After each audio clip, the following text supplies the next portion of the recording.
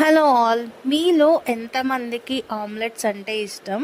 నాకైతే అస్సలు ఇష్టం లేదండి. నేను అస్సలు తినను. ఎందుకు తినను నేను ఈ వీడియోలో చెప్తాను, లాస్ట్ వరకు చూడండి. యాక్చువల్గా ఇంట్లో ఏదన్నా నాన్ వెజ్ కర్రీ అనుకోండి, 8:30, 9 ఆ టైంకల్లా ఆకలేసేస్తుంది ఇంట్లో వాళ్ళకి. కానీ ఏదన్నా వెజ్ కర్రీ చేస్తే మాత్రం 10 అయిపోతున్నా, 10:30, 11 అవుతున్నా కానీ ఎవరికి ఆకలి వేయవు మా ఇంట్లో. ఇంకా అప్పటికి కూడా ఇంకా కంపల్సరీ తినాలి, ఇంకా టైం అయిపోతుంది, తినక తప్పదు అనుకునే పరిస్థితుల్లో ఉన్నప్పుడు మాత్రం ఇలా ఆమ్లెట్స్ వేసుకొని ఆ రోజుకి డిన్నర్ కానిచ్చేస్తూ ఉంటారనమాట. సో ఇవాళ నేను ఇంట్లో కాలీఫ్లవర్ కర్రీ చేశాను, అందుకని ఇలా ఆమ్లెట్స్ వేయాల్సి వచ్చిందనమాట. నాకు పెళ్ళైన కొత్తల్లో ఆమ్లెట్స్ వేయాలన్నా, ఎగ్ ఫ్రై చేయాలన్నా పక్కన మా వేణు హెల్ప్ తీసుకునేదాన్ని. ఎగ్స్ని క్రాక్ చేయడానికి మాత్రం పిలిచేదాన్ని అనమాట, వేణు ఈ ఎగ్స్ని క్రాక్ చేయని చెప్పేసి.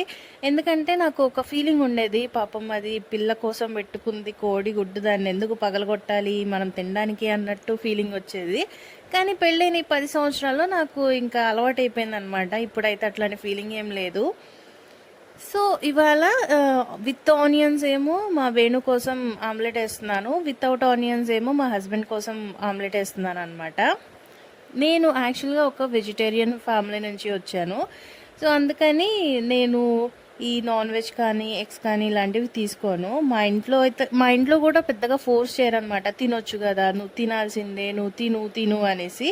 నేనైతే మా ఇంట్లో వాళ్ళ కోసం ప్రిపేర్ అయితే చేస్తాను, కాకపోతే నేను తిన్ననమాట. ఇది మా ఇంట్లో ఆమ్లెట్ స్టోరీ. సో మీరు ఆమ్లెట్స్ ఎలా వేసుకుంటారు? విత్ ఆనియన్స్తో ఇష్టమా, లేకపోతే వితౌట్ ఆనియన్స్తో ఇష్టమా? ఇంకా ఆమ్లెట్స్లో చాలా రకాలు కూడా చేస్తూ ఉంటారు కదా, పొటాటోస్ వేసి అండ్ క్యాప్సికము, టొమాటో ఇట్లాంటివి కూడా వేసి చేస్తూ ఉంటారు కదా.